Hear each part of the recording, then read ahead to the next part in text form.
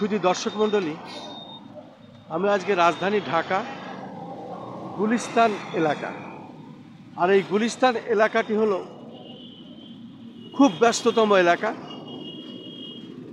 পাশেই স্টেডিয়াম এবং জাতীয় মসজিদ, পাশেই বাইতুল মুকাররম জাতীয় মসজিদ, এবং এই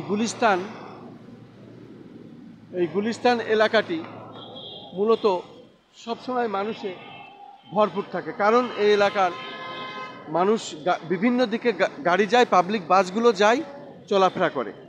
এবং আমি দেখতে পাচ্ছি আজকে দুপুর পর থেকে কিছুটা বৃষ্টি কমেছে, মানুষের কিছুটা স্বস্তি হয়েছে। দুদিন ছিল মানুষ ঘরবন্দি। আমি এখন জিজ্ঞাসা করব একজন রিক্সা চালক ভাই, উনি বয়স্ক একজন প্রবীণ মানুষ। আপনার নাম কি? আমার নাম মোহাম্মদ মনোয়ার হোসেন। আপনি কত বছর রিক্সা চালান? 10 বছর। আপনার বাড়ি কোন এলাকায়, কোন জেলায়? আমার বাড়ি গাইবান্ধা ডিস্ট্রিক্ট। আপনি ঢাকা কোথায় থাকেন, কোন এলাকায়? আমি থাকি রামপুরা এলাকায়।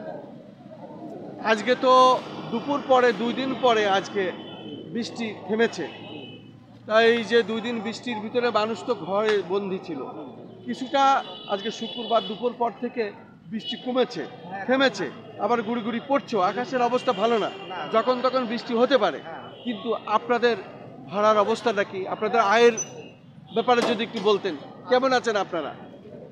আজকে 3 দিন মিলে গুড়ি গুড়ি বৃষ্টিতে লোকজনের জনসংখ্যা একবারই কম নাই, কোনো যাত্রী নাই, দোকানপাট তো খুলে দোকানারিরা আছে, কিন্তু কোনো কাস্টমার নাই। কাস্টমার না আসলে, পুরোথনের যাত্রী না আসলে আমাদের রিক্সা মানুষ কীভাবে হয়?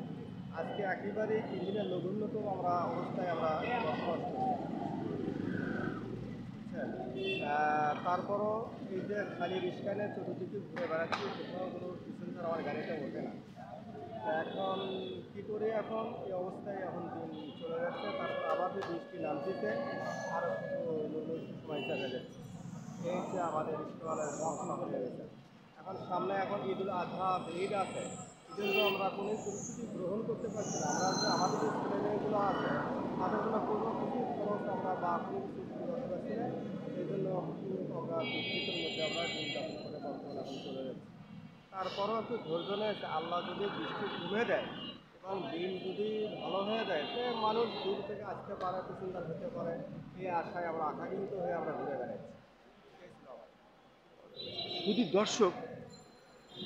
দর্শক শুনলেন একজন রিক্সাওয়ালার কথা। আসলে আর কয়দিন পরেই ঈদুল আজহা, এবং এই ঈদুল আজহার কারণেই তারা পথে নেমেছে এবং তারা ভাড়া চাই। তাদের যদি ভাড়া না হয় তাহলে তাদের ইনকাম থাকে না, তাদের পেট চলে না। আসলে 3 দিন ছিল এই যে নিম্নচাপ, এখনও চলছে। 2 দিন ছিল প্রচণ্ড বৃষ্টি, মানুষ অনেকে ঘরের বাহির হতে পারেননি। তারা যা বললেন যে আমরা রাস্তায় নেমেছি, আমরা ভাড়ার জন্য ঘুরেছি, ভিজেছি, কিন্তু মানুষ তো, পাবলিক তো রাস্তায় নাই, যে কারণে আমাদের ভাড়া নাই। এই কষ্টের ভিতরে আমরা আছি। তবে এই ঈদ কিভাবে করব, সে কারণে আমরা আজকে একটু দুপুর পরে রাস্তা ফাঁকা হয়েছে, বিশেষ করে আকাশ পরিষ্কার হয়েছে, একটু বৃষ্টি থেমেছে, আমরা রাস্তায় নেমেছি। যদি ভাড়া হয়, কিছু পয়সা আয় রোজগার হয়, তাহলে আমাদের ঈদের খরচ হবে। শুধু দর্শক শুনলেন, আসলে গরিব মানুষের অবস্থাটি তাই, তার পরিশ্রম না করলে তার চলবে না। ঈদ কিভাবে করবে সেটাই তার এখনই বড় চিন্তা। আমি খন্দকার মাসুদুজ্জামান, ধারাবাহিকভাবে আমাদের চ্যানেলগুলির পক্ষ থেকে আমি এই কাজগুলি করে যাচ্ছি, এবং তার ধারাবাহিকতায় আজও আমি গুলিস্তান এলাকা থেকে এটা প্রচার করে যাচ্ছি। আসসালামু আলাইকুম।